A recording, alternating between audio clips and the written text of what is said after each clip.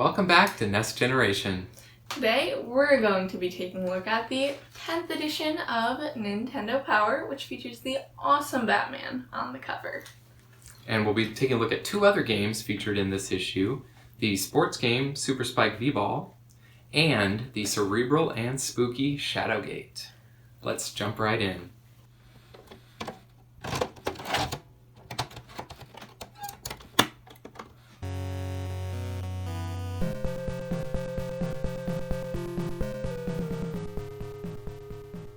We're starting out today with Batman on the NES, a movie adaptation from a popular franchise, a comic book by DC Comics, and a pretty well-known character.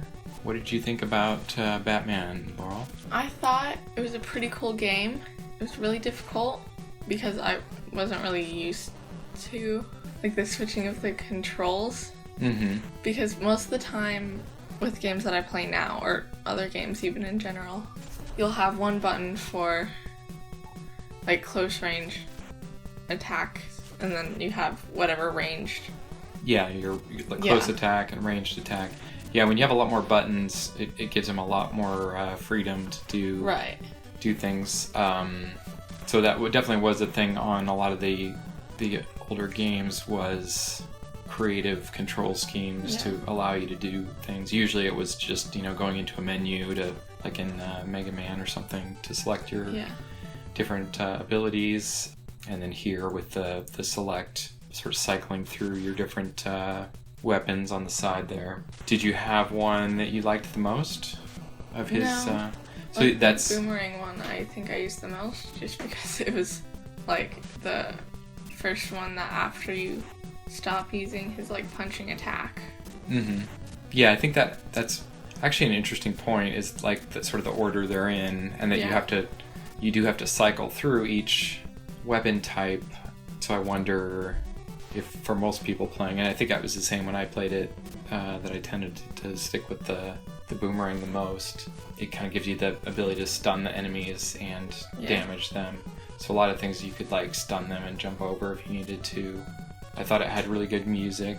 Yeah.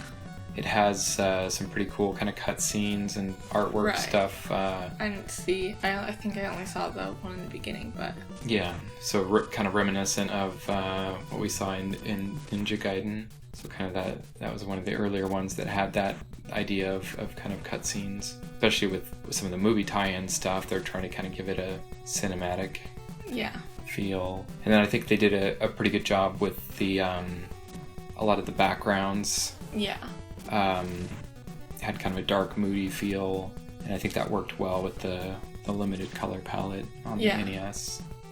So that is Batman on the NES.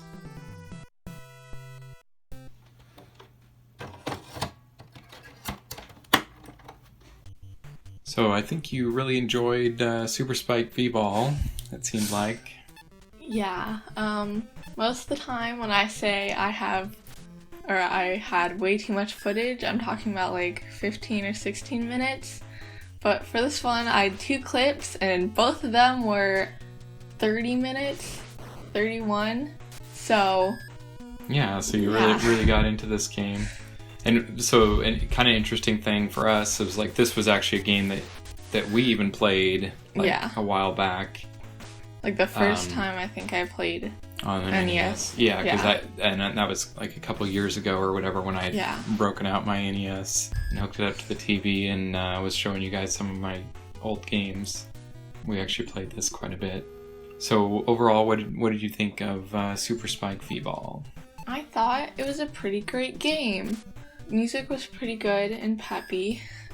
The graphics, they weren't amazing, but they were still pretty nice and simple. And I mean, the graphics aren't the main point of the game, so it wouldn't make sense to have super amazing ones. Mm-hmm. How did you find the doing some of the different moves and stuff? Did you find it easy enough to figure out how to do the Super Spike and get used to being able to do it fairly regularly, or? Yeah, because at first I thought that you had to press the button that you hit with 3 times before you spike. But I just spike way too early and then mess up. But it turns out that you have to press the jump button 3 times while midair. And then another notable thing is when you block an opponent, like it really helps them not really score that many points because you can stop it from even getting over to your side so that, you have less room for error. Yeah, the blocks really help. I remember playing this a lot with one of my friends in middle school, and like the jump serves were always interesting. What did you think about the different characters? Did you notice much? I did notice a little bit. I usually liked the second pair, I think Al and John, because like most of the time if you're doing pretty well, like you want to be able to focus on the spikes instead of diving for the ball. So if you can keep blocking or spiking, then you don't need the speed as much. Or you don't need defense. And then I tried to play through the like American circuit with just the base characters, like the default characters, before I remembered that you could actually change characters. So then I did one like test round with all of them to see which one I did the best with. So then I redid it and I didn't do any better. Got close, but still not great. Yeah, it definitely takes some skill to kind of build up and be able to get through the game. I enjoyed the kind of changing backgrounds as you traveled around. That gave it, I mean, they didn't necessarily have to throw that in there, but I think it kind of gives it a little more interest as you're gives it that feel that you're actually traveling around and in a tournament sort of thing. So that was pretty cool. What mode did you do? So you tried the American Cup, you said? Yeah, and also I did the test, or I think it's under exercise.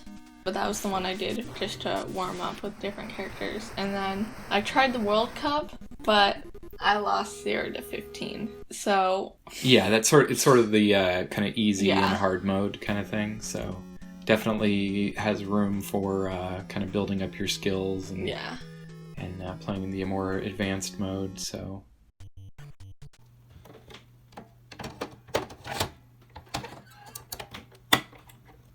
And our final game for this episode is Shadowgate, a very dark and moody, interesting adventure game. This is one of my favorite games that I've experienced recently that I didn't get to play as a kid. So there's sort of 3 games that run on the same engine that were on the NES. There was Deja Vu, which is kind of like a detective 1940s noir kind of game, and The Uninvited, which was like a haunted mansion sort of thing, but they were all kind of the similar game engine, like the same action buttons and stuff on the sides, and then interacting with a world in a small little view in the corner. I really enjoyed these. What did you think about this game, Laurel? I thought, I used a guide for it. It's more interesting to watch someone who's actually making progress in the game instead of just like kind of wandering around aimlessly and like trying every single option on every single thing. Yeah, obviously for making our video here, it would have been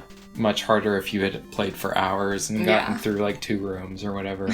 These days, it'd be kind of silly a little bit to... I mean, you could just play through and brute force and, click this on here and click this on here and try all the combinations. And that's kind of what you had to do back in the day because you didn't have the internet. There were, books that would come out like how to beat 100 NES games or whatever kind of thing, or you could get information about various games, or just you had friends at school that had the game and they, you would say, I got to this room, and they would give you some information. I got there, and you have to click on the torch in the corner and it opens a secret door or whatever, that kind of thing. But I really enjoyed kind of the artwork and exploration aspect. Right. It was kind of fun. Like, I liked the little top view of the room in the corner as like kind of, because some of the rooms, it's not obvious like where the entrances are and exits. So that was nice. Like, and sometimes when you're having a hard time like clicking a key on a door because it was just a particularly small door or something, that was helpful. Yeah, it gave you like a set place to interact with that wasn't where you weren't like hunting. They used to call some of these kind of games like pixel hunts, where you're, especially some of the games had things where the cursor would change depending on if it was like an interactable thing. So you'd end up just sort of like moving your cursor slowly across the picture, looking for things where it would change to a hand to indicate that you could interact with it. So it had some pretty cool locations as you work your way through. I definitely think it's a sort of thing where without a guide, it would take you a long time to actually figure out what to do, and some of the combinations of things were pretty obscure. It seemed like you enjoyed the little bit that you got to experience too. Yeah. So that is Shadowgate.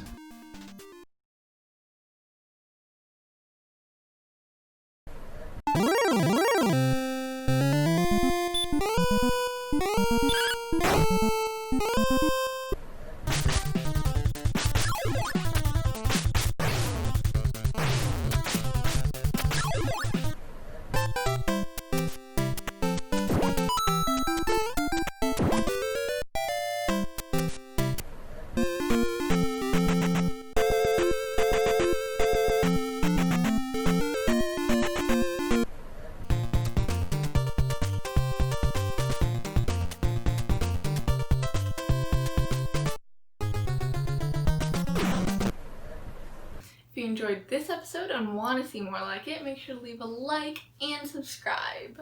And also, leave a comment and let us know which of these 3 games you like the most.